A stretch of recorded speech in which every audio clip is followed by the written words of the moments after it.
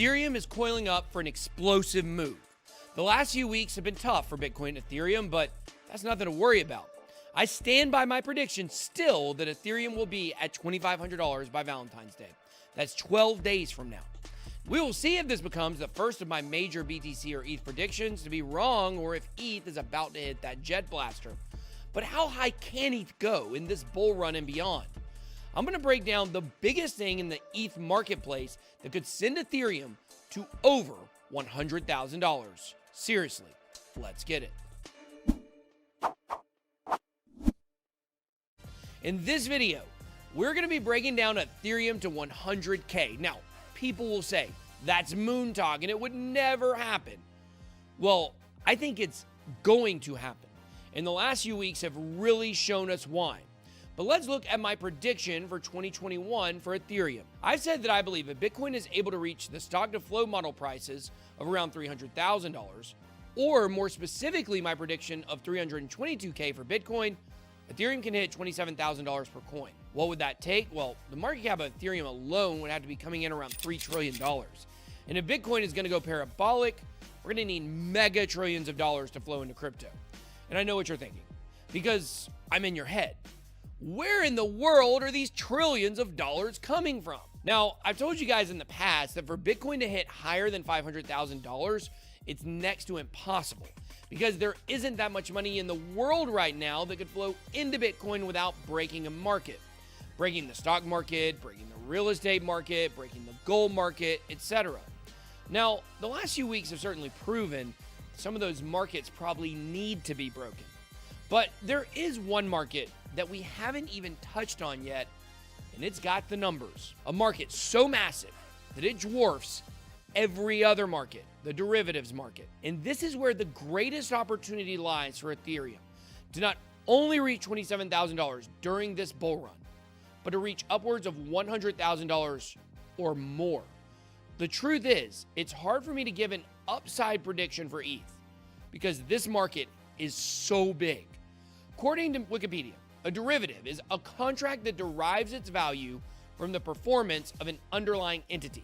The underlying entity can be an asset, index, or interest rate, and is often simply called the underlying. The derivatives market, of course, includes futures contracts, equity derivatives, interest rates derivatives, swaps, and more.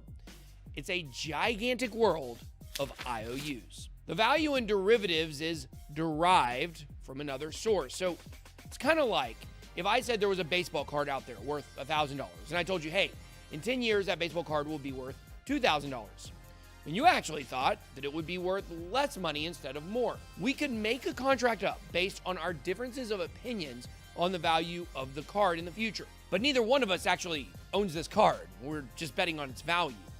Somehow, in this crazy financial house of cards the world's economy is based on, our contract and the value of the card we actually don't own get thrown into the same pool of money.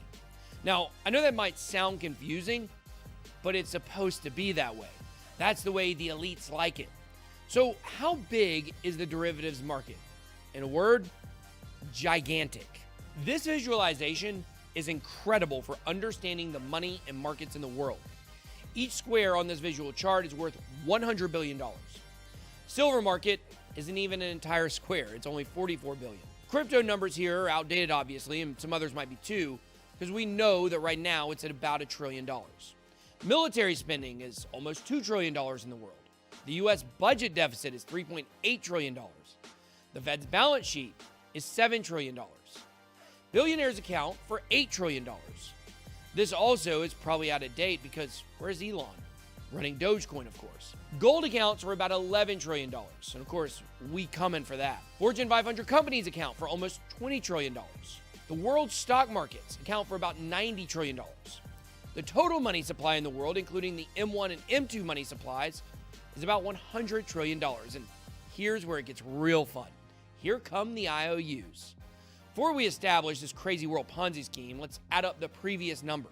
The total supply of every market we've looked at so far is roughly $237 trillion. Global debt alone is $253 trillion. The world owes actually over 3 times what it's worth according to world GDPs. And here we get back to a real market. the real estate market is still larger at $280 trillion. Obviously, most of the mega rich get there through real estate. You probably know that.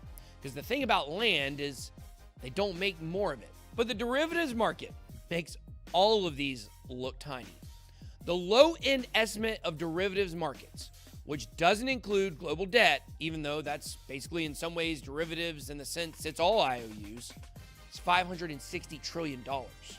More than all the wealth in the world combined, including real estate. But that's just the low end.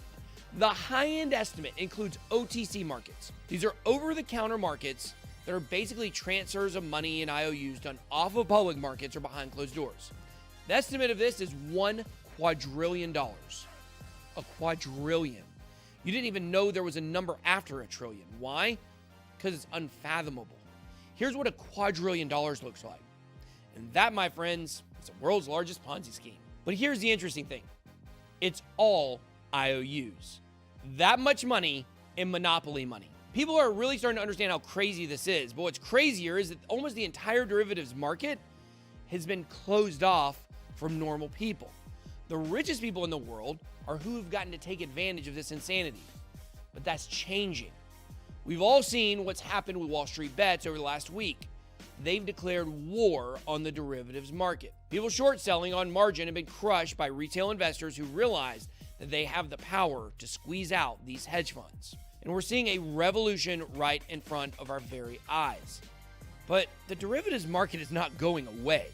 If you start unraveling the entire yarn ball of IOUs, it would actually destroy the world economy. It's Pandora's box that cannot be closed unless we basically have an apocalypse where world citizens have to essentially start over with no markets. So you should not be asking yourself, how do we destroy the system? You should be asking, how do regular people get access to this system? How can you benefit from this? Same way that billionaires and trillion-dollar hedge funds have done. You see, this is called decentralized finance, and it's built on top of Ethereum.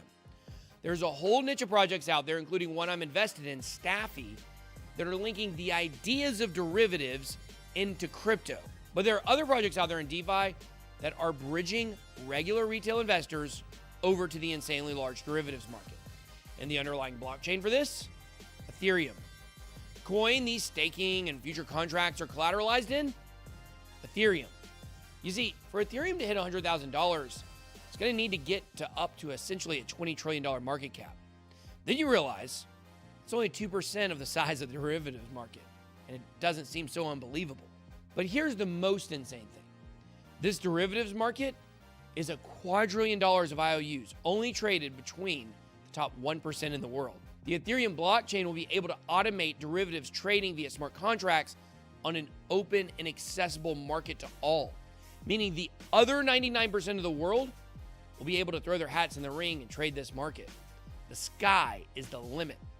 This is why we say things like, this is a once-in-a-lifetime type of opportunity. Some people, like Trace Meyer, have even gone as far as saying, this is a once-in-a-species type of opportunity.